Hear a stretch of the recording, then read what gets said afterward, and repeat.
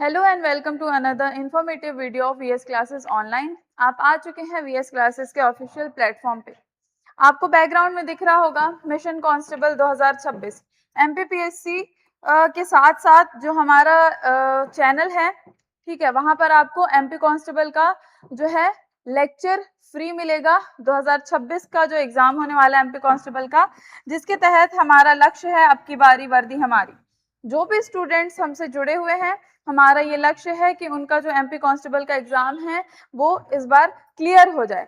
MP constable की preparation जो है वो कंप्लीट प्रिपरेशन हम आपको करवा रहे हैं। कंप्लीट फ्री बैच आपको सिर्फ और सिर्फ हमारे यूट्यूब पर मिल जाएगा, ठीक है। अब इसके तहत हम आपको क्या क्या सुविधाएं देंगे। कंप्लीट सिलेबस आपको मिलेगा, daily classes, weekly test series, PDF notes आपको एक्सेस मिल जाएगा, मॉक टेस्ट कंडक्ट करवाया जाएगा, डाउट क्लासेस होंगी और रिकॉर्डेड बैकअप भी रहेगा। अब यहाँ पर एक याद रखने वाली बात यह है कि 11 मई से ये लेक्चर शुरू हो चुके हैं। तो जो भी बच्चे ये लेक्चर देख रहे हैं, जो नए स्टूडेंट्स जुड़े हुए हैं, उन सब से मैं ये बोलूंगी, रिक्वेस्ट करूंगी कि आप ज्यादा से ज्यादा वीडियो को लाइक शेयर सब्सक्राइब करिए, अपने दोस्तों को शेयर करिए, उनको बताइए इस लेक्चर के बारे में, चैनल के बारे में, ठीक है। अब कुछ और इंफॉर्मेशन है। मैंने अभी आपको बताया कि पीडीएफ नोट्स का जो एक्सेस है वो आपको मिल जाएगा हमारे चैनल पे। अब ये आपको क्यूआर कोड दिख रहा होगा, ठीक है। ये क्यूआर कोड टेलीग्राम चैनल का है, ये इंस्टाग्राम पेज का है। आप याद रखिएगा, जिन्हें भी पीडीएफ नोट्स चाहिए, पीडीएफ नोट्स किसी भी लेक्चर का, वो इस क्यूआर कोड को स्कैन करेंगे और वो सीधे सीधे फिर हमारे टेलीग्राम चैनल पर चले जाएंगे। ये आपको दिख रहा होगा, ये हमारा क्या है, ये हमारा इंस्टाग्राम पेज का है। इसका जब आप स्कैन करेंगे, ठीक है, तो आप हमारे इंस्टाग्राम पेज पर जाएंगे, जहां पर आपको शॉर्ट वीडियोस के साथ साथ जो मैथ्स की ट्रिक होती हैं, कोई भी इक्वेशन क्वेश्चन सॉल्व करने के लिए, उसकी शॉर्ट ट्रिक्स आपको यहाँ पर मिल जाएंगी। शॉर्ट वीडियोस आपको जियो पॉलिटिकल इशूज, पॉलिटिकल चेंजेस, ठीक है, राज्यों की कोई गठन होता है, नाम बदला जाता है, या कोई अपॉइंटमेंट होती है, कोई नया वर्डिक्ट आया है, इन सारी चीजों की इंफॉर्मेशन आपको इंस्टाग्राम पेज पर, साथ ही साथ यूट्यूब के शॉर्ट सेक्शन में मिल जाएगी। अब लगे हाथ एक और इंफॉर्मेशन ले लीजिए। ये आपको ऑफलाइन कांटेक्ट दिख रहा होगा। जो भी बच्चे हमसे ऑफलाइन जुड़ना चाहते हैं, लेक्चर्स अटेंड करना चाहते हैं, जो अभी ऑन गोइंग है, ठीक है, वो इस नंबर पर कॉल करें और वो हमसे कांटेक्ट कर सकते हैं, जो भी उनका क्वेश्चन है, जो भी क्वेरीज है। चलिए आगे बढ़ते हैं और आ जाते हैं अपने विषय पर। ये आपको एमपी कांस्टेबल 2026 के तहत मैं आपको पढ़ा रही थी विश्व प्राकृतिक धरोहर स्थल। आज इसकी शुरुआत होने वाली थी, ठीक है। अब ये जो है आपका लेक्चर नंबर 21 है, लेक्चर 21 पार्ट 7। याद रखिए, इसके पहले मैंने ये आप आज प्राकृतिक धरोहर स्थल हम स्टार्ट करने वाले हैं। इसके पहले मैंने सांस्कृतिक स्थल जो थे, सांस्कृतिक स्थलों के बारे में हम पढ़ चुके हैं, जिसको यूनेस्को ने अपने विश्व धरोहर सूची में शामिल किया था। भारत से जितने थे, जो मेजर थे, वो मैंने कंप्लीट करवा दिया। अब आज के लेक्चर में आपको 100% एग्जाम ओरिएंटेड चीजें पढ़ाई जाएंगी। अपडेटेड करंट अफेयर भी आपको मिलेगा 2026 के संदर्भ का, साथ ही साथ डिटेल नोट्स और पीवाईक्यूज में मिलेंगे। तो ये चीजें आज हम स्टार्ट करने वाले हैं प्राकृतिक धरोहर स्थल यूनेस्को के तहत। अब यहाँ पर कुछ बेसिक डेटा जो है वो देख लीजिए। विश्व धरोहर 2026 अपडेट और ऐतिहासिक टाइमलाइन देख लीजिए। कुल 42 धरोहर स्थल हमने पढ़े थे, जिसमें सांस्कृतिक 34 थे, प्राकृतिक जो आज का हमारा मेन फोकस है उसमें 7 स्थल थे, और मिश्रित जो है वो एक है, खांगचेन जो है या फिर कंचनजंगा जिसको बोलते हैं। तो ये हमारा हो चुका है कंप्लीट। इसके लेक्चर आपको मिल जाएंगे, आप हमारे चैनल पर विजिट करेंगे तो। आज का हमारा ये फोकस है और ये पेंडिंग पर है, ये हम प्राकृतिक स्थलों के बाद शुरू करेंगे। अब मध्य प्रदेश में 3 यूनेस्को स्थल हैं, खजुराहो 1986, सांची 1989, भीमबेटका 2003। लेकिन ये सभी सांस्कृतिक हैं। भारत के 7 प्राकृतिक स्थलों में एमपी का कोई स्थल नहीं है, याद रखिएगा। जैसे मैंने आपको सांस्कृतिक स्थलों के बारे में बताया था, सांस्कृतिक स्थलों में क्या था, 3 ऐसे थे, ठीक है, जो भारत के मध्य प्रदेश से आते थे।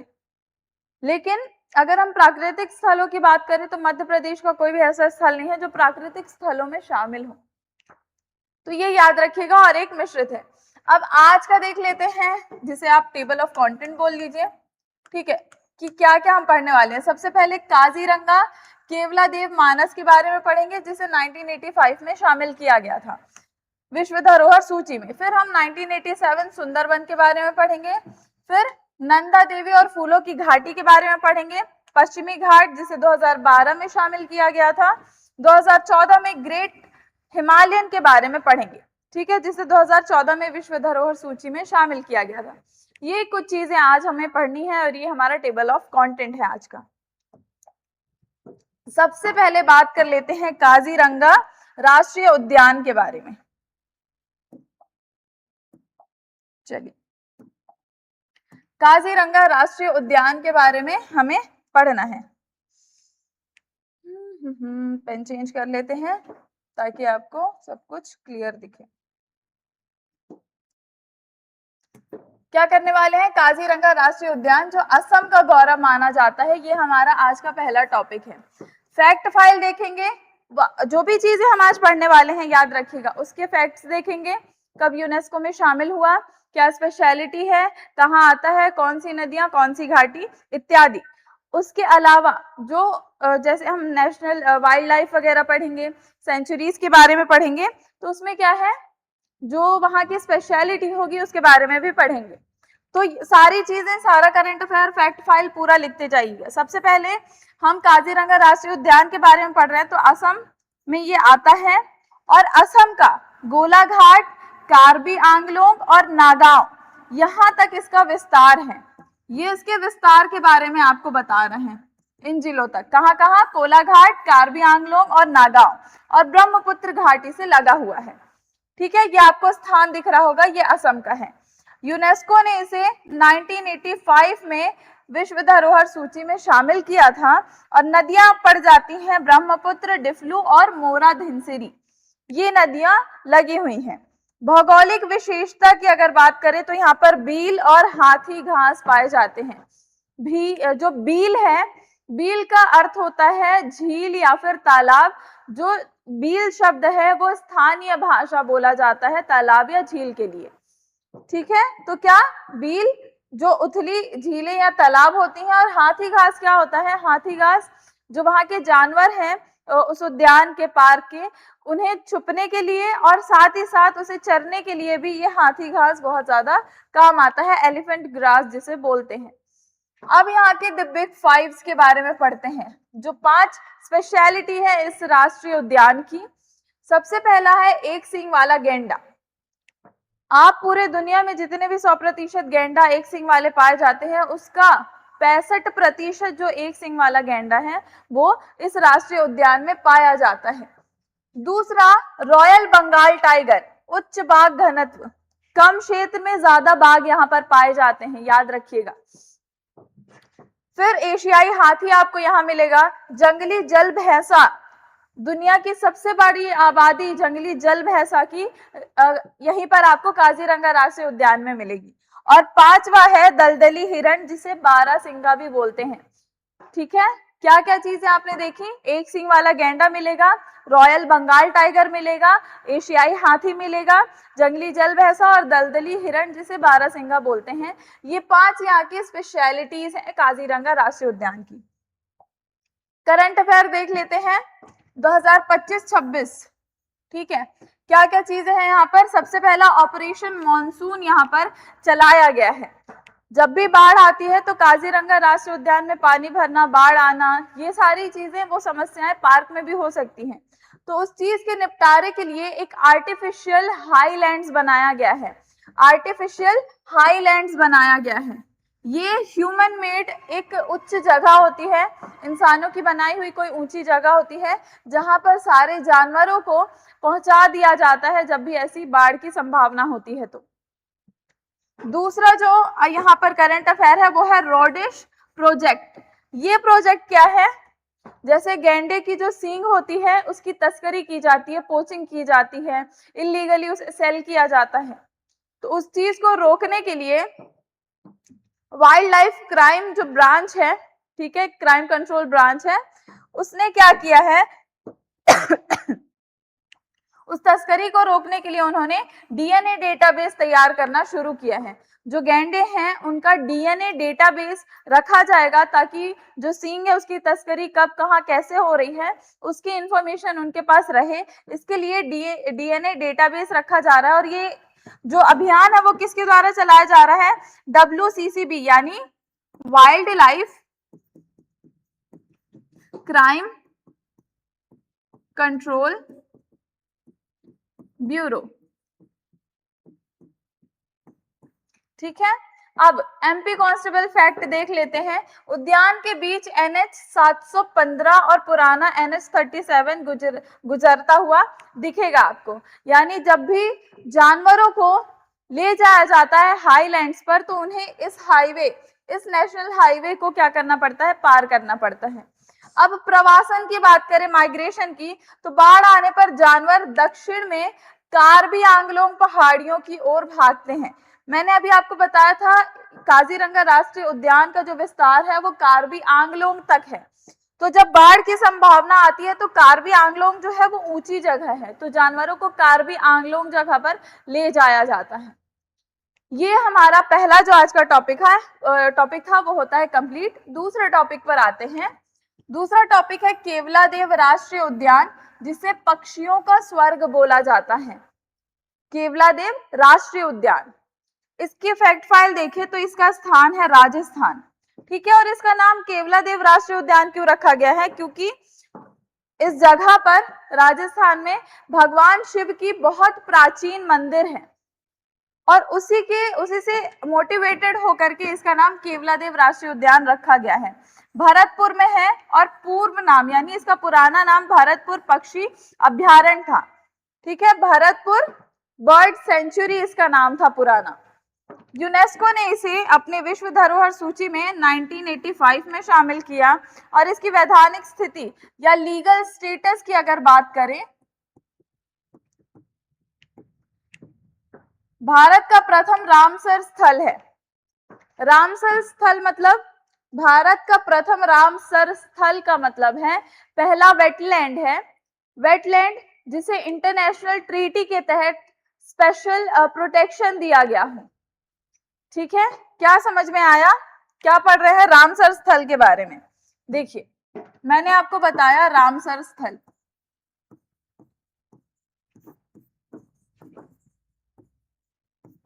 या इसे वेटलैंड बोल लीजिए, वह जगह जिसे अंतरराष्ट्रीय संधि के तहत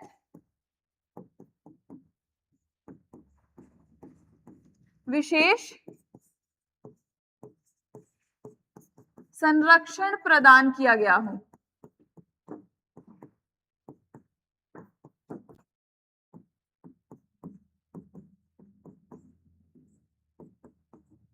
ये इसका परिभाषा होता है। तो हमने क्या पढ़ा, रामसर स्थल है ये भारत का पहला, यानी इसे एक वैधानिक स्थिति दी गई है अंतरराष्ट्रीय संधि के तहत 1981 में और मॉन्ट्रेक्स रिकॉर्ड में शामिल है।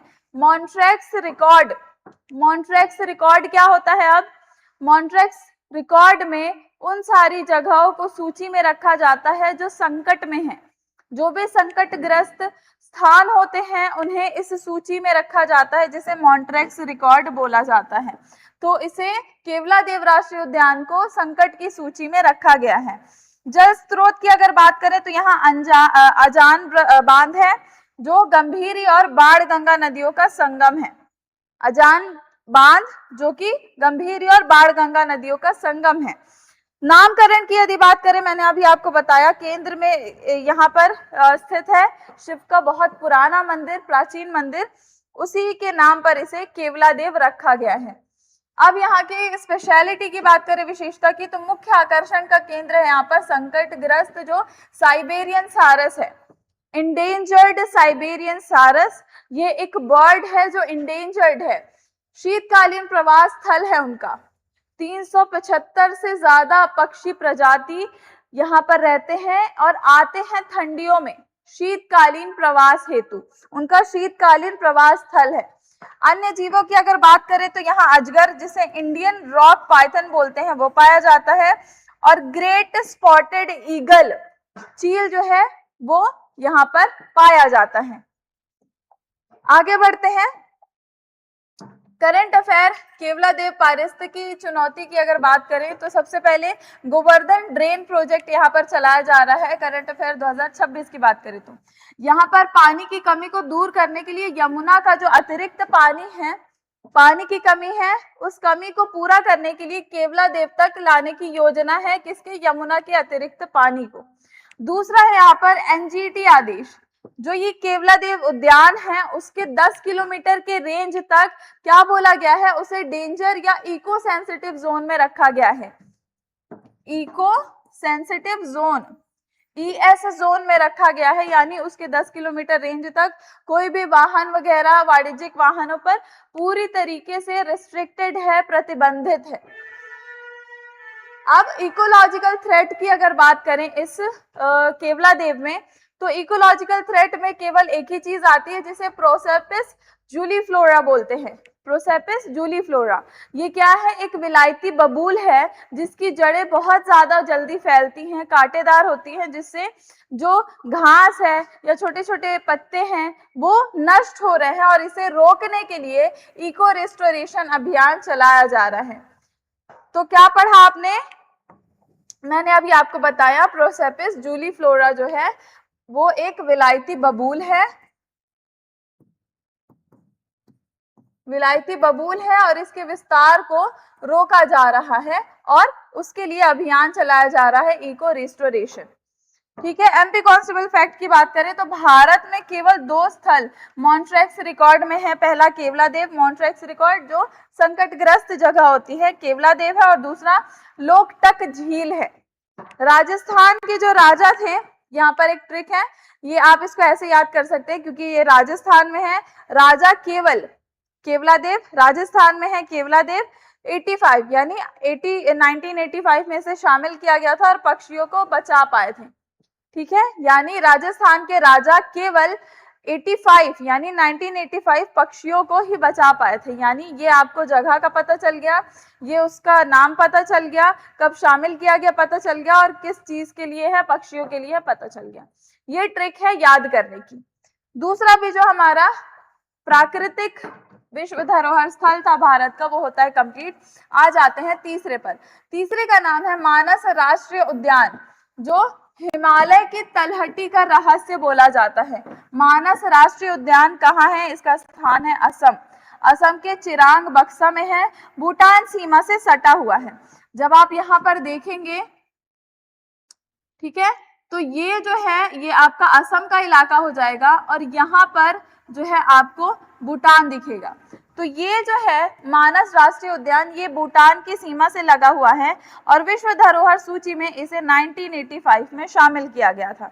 लीगल स्टेटस की बात करें तो राष्ट्रीय उद्यान, टाइगर रिजर्व और बायोस्फीयर रिजर्व, 3 चीजों का दर्जा इसको दिया गया है, 3 चीजों में शामिल किया गया है। यानी ये राष्ट्रीय उद्यान भी है, नेशनल पार्क भी है, टाइगर रिजर्व भी है, और बायोस्फीयर रिजर्व भी है। ये 3 चीजों में इसे शामिल किया गया है। नदियों की यदि बात करें तो मानस जो है ब्रह्मपुत्र की सहायक और बेकी नदी यहाँ पर मिलती है। भौगोलिक विशेषता की बात करें तो बाबर और तराई क्षेत्र का अनूठा संगम है। यहाँ पर बाबर और तराई क्षेत्र का अनूठा संगम मिलेगा। और अगर विशेषता की यहाँ की बात करें तो पिग्मी हॉग जो है दुनिया का सबसे छोटा और दुर्लभ जंगली सूअर जो है वो यहाँ पर पाया जाता है। दुनिया का सबसे छोटा और दुर्लभ जंगली सूअर। दूसरा है गोल्डन लंगूर, यहाँ पर पाए जाते हैं। स्थानिक और अत्यंत दुर्लभ प्राइमेट है ये, जो कि बहुत ज्यादा दुर्लभ है। तीसरा यहाँ पर हिस्पेड हेयर यानी जो असमिया खरगोश होता है असम का, वो खरगोश यहाँ पर पाया जाता है। मानस राष्ट्रीय उद्यान जो है आपका, यहाँ पर कुछ फैक्ट आपको पता चल गए। अब यहाँ पर ऐतिहासिक वापसी की अगर बात करें तो ये संकटग्रस्त था, ठीक है, और इसे इस कारण ही शामिल किया गया था क्योंकि उग्रवादी जो थे उन पर उनकी इस पे नजर थी, और उसे बचाने के लिए जो है इसे सूची में रखा गया विश्व धरोहरों की, लेकिन बाद में 2011 में इसे हटा दिया गया था। ठीक है, तो ये याद रखिएगा। किसकी बात कर रही हूं मैं बात कर रही हूँ मानस राष्ट्रीय उद्यान की। तो यहाँ पर देखिए 1992 में उग्रवादी के कारण यूनेस्को की खतरे की सूची, डेंजर लिस्ट भी होता है। यूनेस्को का डेंजर लिस्ट क्या होता है डिटेल में आपको अगले वीडियो में भी समझा दूंगी। अभी ये समझिए कि वो सारे स्थल साइट्स जो डेंजर हैं, जिन्हें शिकारियों से खतरा है या वहां के जानवरों को मारा जा रहा है अपने बेनिफिट्स के लिए, तो उसे क्या करती है जो यूनेस्को है, उसे अपनी विश्व धरोहर सूची में शामिल कर लेती है ताकि उस जगह पर सर्वेलेंस इंटरनेशनली किया जा सके। तो ये जो जगह है मानस राष्ट्रीय उद्यान, उसे उग्रवादी के कारण यूनेस्को की खतरे की सूची में रखा गया था, लेकिन 2011 में सफल संरक्षण के बाद सूची से बाहर कर दिया गया। इसे बचा लिया गया और 2011 में इसे सूची से बाहर कर दिया गया। अब यहाँ पर पिग्मी हॉग, ठीक है, पिग्मी हॉग संरक्षण कार्यक्रम चलाया गया जो कृत्रिम प्रजनन कर जंगलों में छोड़ने का काम शुरू हुआ। जो ये आपने इस पिग के बारे में पढ़ा, इनकी जो स्पीशीज है वो खत्म हो रही हैं, ये जो जानवर हैं वो धीरे धीरे खत्म हो रहे हैं, जिसके कारण आर्टिफिशियल या कृत्रिम प्रजनन इनका करवाया जाता है। कृत्रिम प्रजनन जब भी आप सुनेंगे तो आपको समझ में आना चाहिए कि इंसानों की देखरेख में इन्हें किसी पार्क या वाइल्ड लाइफ सेंचुरीज में रखा जाता है और वहां पर इनका प्रजनन करवाया जाता है ताकि जो इनकी पॉपुलेशन है वो खत्म ना हो और बढ़ जाए। तो ये चीज करवाई जा रही थी। और दूसरा, अंतरराष्ट्रीय सीमा यानी यह भूटान के रॉयल मानस नेशनल पार्क के साथ ट्रांस बाउंड्री यानी अंतरराष्ट्रीय कॉरिडोर बनाता है, जो संयुक्त गश्त 2026 के तहत आ जाता है। यानी ये क्या कर रहा है, अपनी जो बाउंड्रीज है वो इंटरनेशनली शेयर कर रहा है भूटान से। अब इसे याद करने की तकनीक है, असम की मानस इतनी अच्छी थी कि 85 में ही यूनेस्को ने उसे अपना लिया। यानी असम का जो मानस था, जो मानस उद्यान है, वो क्या था, डेंजर था या डेंजर लिस्ट में शामिल किया गया है। तो इतनी अच्छी थी, कब शामिल किया गया, 85 में शामिल किया गया यूनेस्को के द्वारा। तो ये याद करने की ट्रिक है। चौथा जो है आज का, वो है सुंदरबन राष्ट्रीय उद्यान। सुंदरबन राष्ट्रीय उद्यान, जिसे खारे पानी का साम्राज्य बोला जाता है, स्थान है इसका पश्चिम बंगाल, गंगा ब्रह्मपुत्र मेघना डेल्टा से लगा हुआ है। यूनेस्को ने इसे 1987 में शामिल किया था। अगर लीगल स्टेटस की बात करें तो भारत का सबसे बड़ा रामसर स्थल है। सबसे पहला रामसर स्थल भी आपने देखा, सबसे बड़ा रामसर स्थल या वेटलैंड जो है वो रामसर स्थल कौन सा है, सुंदरबन राष्ट्रीय उद्यान है। ठीक है, अब आते हैं नदियों पर। नदियां यहाँ पर आती हैं हुगली, मातला और रायमंगल। विशेषता की बात करें तो दुनिया का सबसे बड़ा मैंग्रोव वन यानी 40% भारत में, 60% जो है वो बांग्लादेश में। सबसे बड़ा मैंग्रोव जहां पर कटीली झाड़ियां वगैरह पाई जाती हैं, मैंग्रोव बोला जाता है, वो यहाँ पर सुंदरबन राष्ट्रीय उद्यान में पाया जाता है। अब यहाँ पर फ्लोरा और फाउना की भी जो है स्पेशलिटी है। फ्लोरा यानी अलग अलग जो है पेड़ पौधे, और फाउना यानी अलग अलग जो प्रजातियां स्पीशीज है वो भी पाई जाती है। वनस्पति विज्ञान की अगर बात करें तो सुंदरी वृक्ष यहाँ पर पाया जाता है, और दलदली जमीन से बाहर निकलने वाली विशेष श्वासन जड़ें भी हैं। यानी जब भी पानी बहुत ज्यादा हो जाता है तो एक ऐसी जड़ है जो पानी से ऊपर आ जाती है सांस लेने के लिए, वो चीज भी यहाँ पर पाई जाती है। फिर वीवी पैरेट, यहाँ पर फल का पेड़ जो है वो अंकुरित होना, ठीक है, वो खट्टे हो जाते हैं। फिर साथ साथ फाउना की अगर बात करें तो प्रमुख जीव यहाँ पर कौन कौन से हैं, रॉयल बंगाल टाइगर पाया जाता है जो खारे पानी में तैरने की विशेषता रखता है। फिर Irrawaddy dolphin, northern river terrapin और दुर्लभ कछुआ जो है ये क्या है, नॉर्दर्न रिवर टेरापिन जो है वो एक दुर्लभ कछुआ है जो खत्म हो रहा है, वो सुंदरबन राष्ट्रीय उद्यान में पाया जाता है। सुंदरबन के संरक्षण के पहल के बारे में बात कर लीजिए, जिसे मिष्टी बोला गया है। मिष्टी स्कीम चलाई गई है, मैंग्रोव इनिशिएटिव फॉर शोरलाइन, ठीक है, हैबिटेट्स एंड टेंजिबल इनकम्स के तहत नए मैंग्रोव का बड़े पैमाने पर रोपण किया जा रहा है। जो नए मैंग्रोव हैं उनका रोपण किया जा रहा है मिष्टी स्कीम के तहत। बाघ गणना हुई थी 2026 में, तो बाघों की संख्या सुरक्षित रूप से 100 के पार चली गई है, ये पाया गया है। और अगर सैलिनिटी की बात करें, लवणता की बात करें, तो समुद्र का जल स्तर बढ़ने से जो सुंदरी वृक्षों पर खतरा है वो बढ़ रहा है, और सॉल्ट टॉलरेंट जिसको बोलते हैं, लवण प्रतिरोधी पौधों पर शोध जारी है। तो दो चीजें आपको पता चली, पहली चीज क्या कि समुद्र का जल स्तर बढ़ने से यहाँ पर क्या हो रहा है, वृक्षों को खतरा है। दूसरी चीज आपने पढ़ी कि सॉल्ट टॉलरेंट जो है वो सॉल्ट टॉलरेंट जो पौधे होते हैं उन पर रिसर्च जारी है।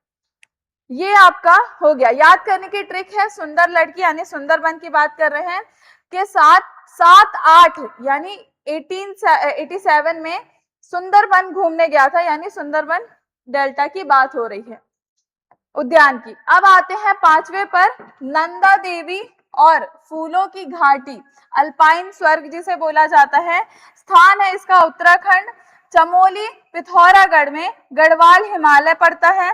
यूनेस्को में इसे 1988 में शामिल किया गया और 2005 फूलों की घाटी बोला गया। भूगोल की यदि बात करते हैं तो नंदा देवी जो है भारत की दूसरी सबसे ऊंची चोटी है, 7,816 मीटर ऊंची है और भारत की दूसरी सबसे ऊंची चोटी है, तो ये याद रखिएगा स्पेशलिटी।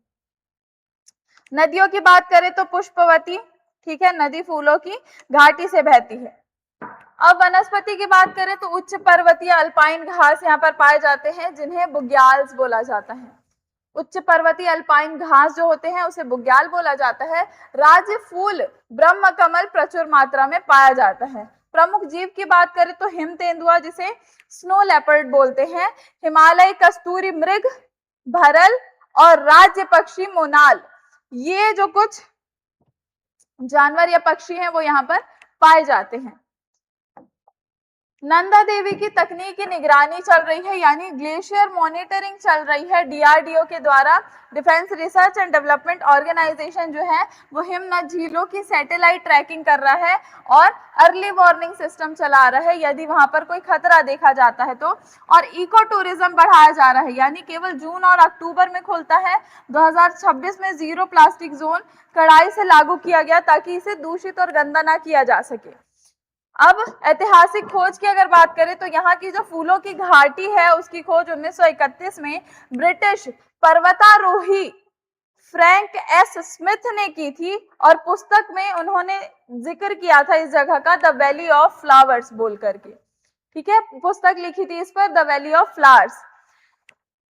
क्या समझ में आया? ऐतिहासिक खोज की हमने बात की, फूलों की घाटी जिसे 1931 में फ्रैंक एस स्मिथ ने खोज की थी और उन्होंने इस पर फिर बुक लिखी थी, the valley of flowers.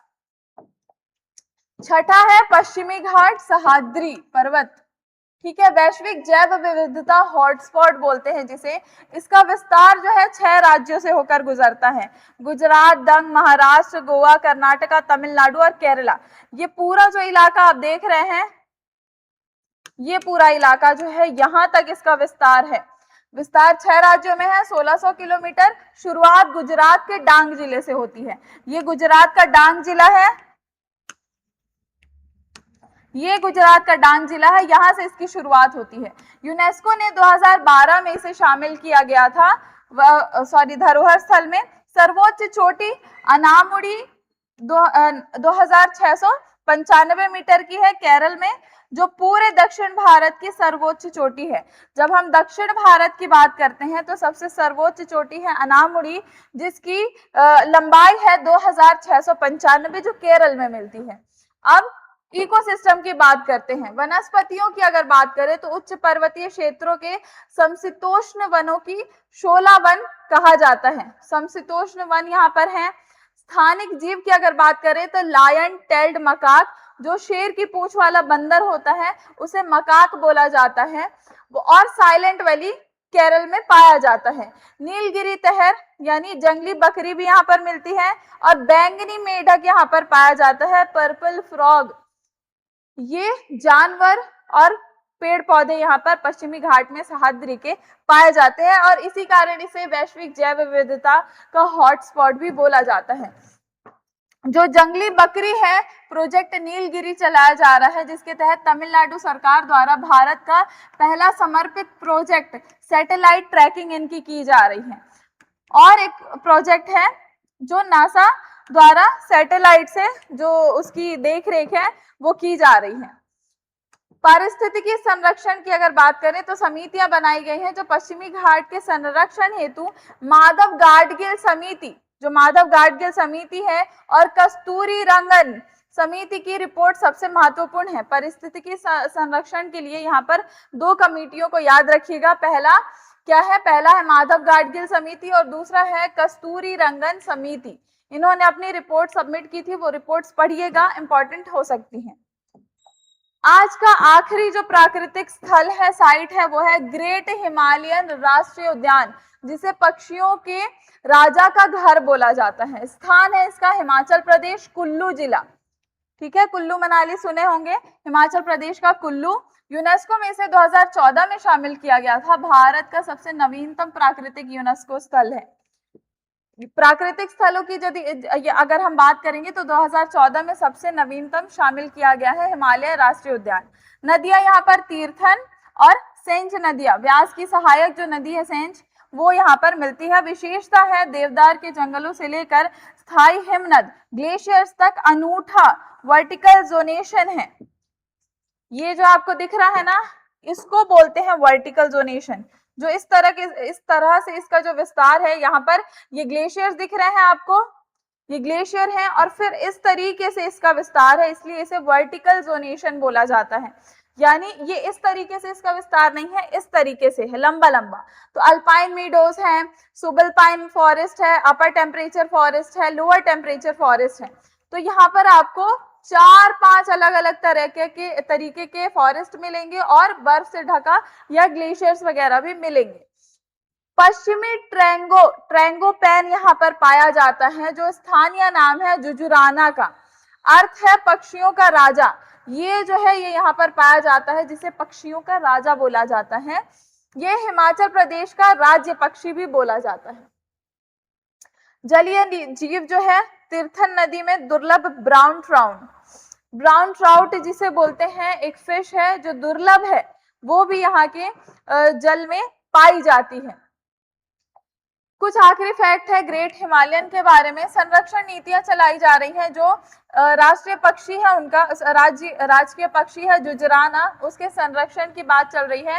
Sarahan केंद्र में सफल ब्रीडिंग के बाद पक्षियों को जंगल में छोड़ा जा रहा है, उनकी ब्रीडिंग करवाई जा रही है, प्रजनन करवाया जा रहा है, और फिर उन्हें जंगलों में छोड़ा जा रहा है ताकि जो उनकी पॉपुलेशन है वो रुके नहीं, बढ़ते जाए। नो हाइड्रोजोन है ये। ब्राउन ट्राउट मछली के संरक्षण हेतु तीर्थन नदी पर बांध या जल विद्युत परियोजना बनाने पर पूर्ण प्रतिबंध है। जो जिस नदी में या जिस पानी में ब्राउन ट्राउट पाई जाती है हिमालयन ग्रेट हिमालयन के, वहां पर कोई भी बांध बनाना या कोई ऐसा नया प्रोजेक्ट स्टार्ट करने पर रोक है। 2014 के बाद से भारत का कोई भी शुद्ध प्राकृतिक स्थल यूनेस्को की मुख्य सूची में अभी तक नहीं जुड़ा है।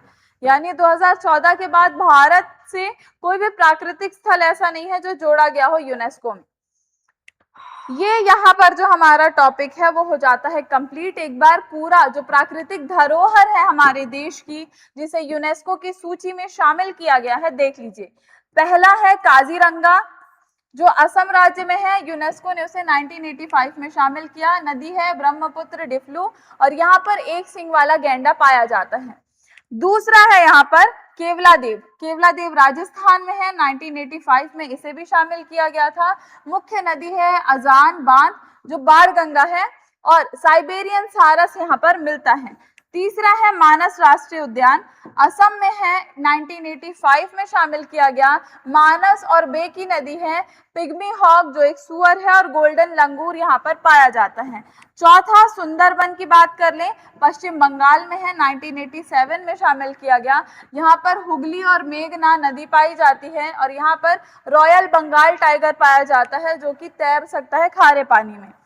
पांचवा है नंदा देवी या फूलों की घाटी जिसे बोलते हैं, जो उत्तराखंड में है, जो 1988 में शामिल किया गया था और फूलों की घाटी जो है यहाँ की उसे 5 में, और यहाँ पर पुष्पावती नदी पाई जाती है। और क्योंकि जो ये नदी है वो फूलों के बीच से बहती है, इस कारण से पुष्पावती रखा गया है और यहाँ पर हिम तेंदुआ पाया जाता है। छठा हमने पढ़ा पश्चिमी घाट का, 6 राज्यों से होकर गुजरती है। मैंने आपको बताया था वर्टिकल इनका जो है डिस्ट्रीब्यूशन है, 2012 में शामिल किया गया। नदी हो जाती है गोदावरी, कृष्णा से उद्गम होता है। नीलगिरी तहर और मकाक, मकाक क्या है? मकाक एक बंदर है जो ये बोल लीजिए शेर की पूंछ वाला है, उसे मकाक बोला जाता है।